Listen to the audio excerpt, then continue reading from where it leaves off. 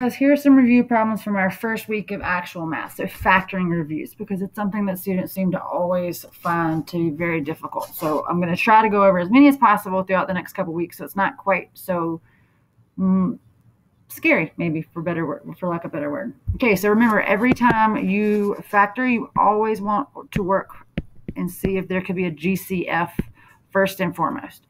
So if I look at this, I have a 2, a 4, and a 16. Ideally, most of us would love for this number to be a 1 instead of a 2.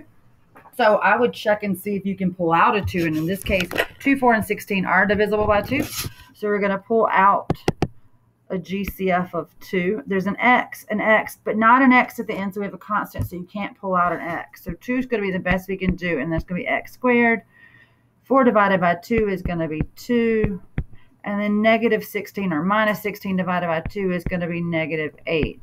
Now, this is factored by GCF, but not factored completely. So now we want to keep going. So this is a trinomial where a is 1. So you can use your ACB chart. You can use the X method, or like I taught, the big star method. All of them work.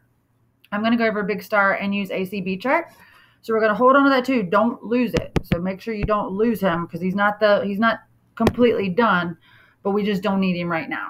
So in this case, remember, this is A, this is B, and this is C. So A times C goes on the top, B goes on the bottom, and then AX goes in each corner of our big star method. So in this case, A is 1. So we know we're going to put a 1x and a 1x. And then 1 times a negative 8 means I'm going to have a negative 8. And I need the factors of negative 8. They're going to add or subtract to give me a positive 2. So your ACB chart, this side is negative 8, and your B is going to be 2. So AC is negative 8, and B is 2. So 1 and 8,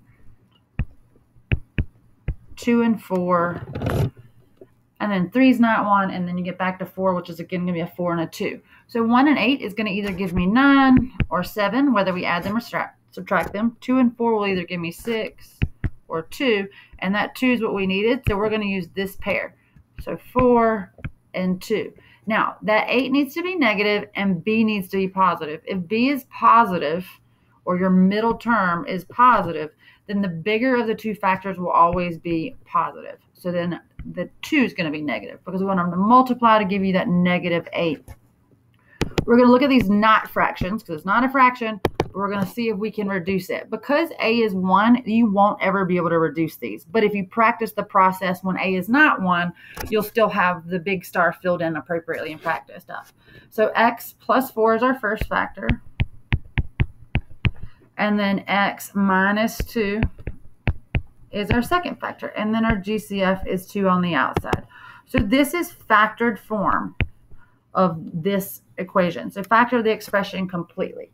And that would be your right answer. All right.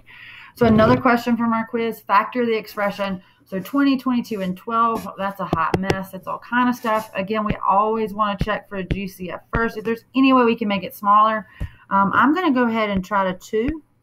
There's not an x in the back. We do have a constant, so we know we can't pull out an x.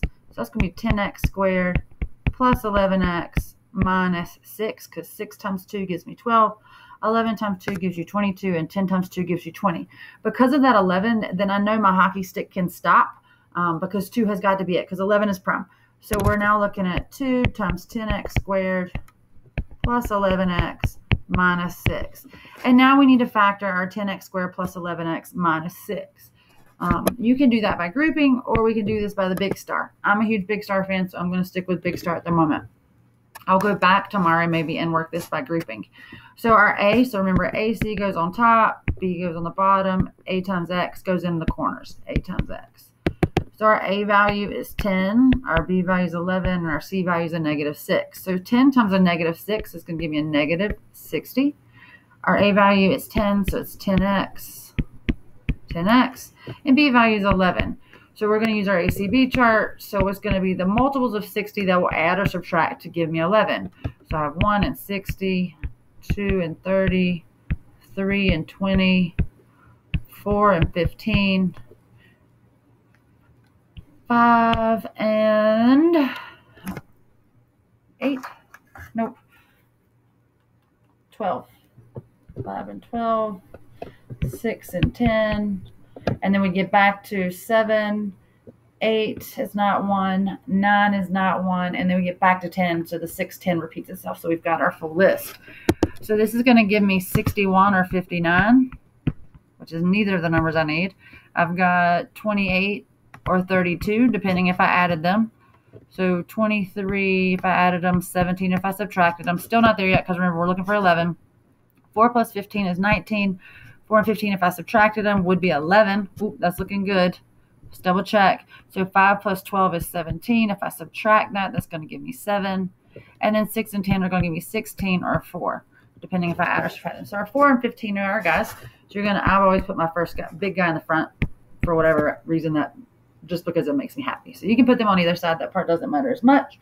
But we're going to look at we do need to figure out how a negative 60 and a positive 11. So B is positive again. So our B is positive again. So that means we know our largest factor is going to be positive, and the second one's going to be negative because they have to multiply to give that negative 60. You're going to look at these not fractions and see if they can reduce. 10 and 15 are both divisible by 5. So we're going to do 10 divided by 5 is 2. 15 divided by 2 is 3. Sorry, 15 divided by 5 is 3. And then don't lose that x. So 2x plus 3, because that 15 was positive. We're going to bring our 2 down as well. And then we're going to look at 10x over 4. If I divide by 2, I can get a 5x and a negative 2 on the bottom.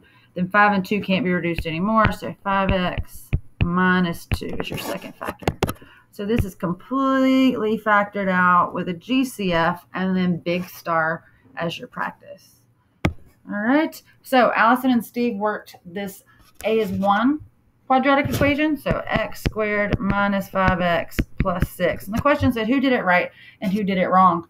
The 6 and 5 combo of this, a lot of people make a mistake because you just jump and you don't think about what you're doing. Because 6 and 1 can give you 5, and 3 and 2 can also give you 5. So we're making our ACB chart. So 6 and 5, we got 1 times 6, 2 times 3. If I subtracted these, I get a 5, and if I added these together, I get a 5. So both pairs work until you start paying attention to the positive or negative with your B. So this has to be a negative 5 and a positive 6. So in this case, that makes a very big difference. To get a negative 5, we'd have to do 6 minus that 1, the difference would have to come out of those, and it would be a negative 6 plus 1. But if I multiply that together, that gives me a negative 6, and I have a positive 6 in the background. So Allison used that 6 and 1, the negative 6 and positive 1, but if you FOILed that back out, you wouldn't get what you started with. You would actually end up with x squared minus 5x minus 6. So it's super close, but not the same. So Allison is wrong. Stephen is right. And Stephen chose the right pair because if you FOIL it back or box method it back together, which sometimes is what you need to do to make sure you don't make a careless error, we have x squared minus 5x with that positive 6 on the back end. So Stephen was right, Allison was wrong. All right, last but not least for today. So factor the expression. This is a binomial, which means there's 2 terms. It is a quadratic, which is great, and it is different, so it is subtraction. But we also need them to be perfect squares so that I can take the square root and get a round whole number. So a number times itself twice to give us that number. So 9, I can square it, and then 16, can I square it? So 9 is 3 times 3. And x squared is x times x. And remember, it times itself 2 times is the definition of square root. And then 16, take the square root, that's 4 times 4. So in this case, we're going to do 9. We're going to root it. So we're going to get 3, like we found up here. X squared root is going to give us x. And then in the back is going to be our 16. And then every time you take a square root, you have a positive and a negative. And at that rate, you have now factored by difference of squares. All right, great job, guys. Make sure you get it all down. If you need to re-listen, replay, rewind, go for it.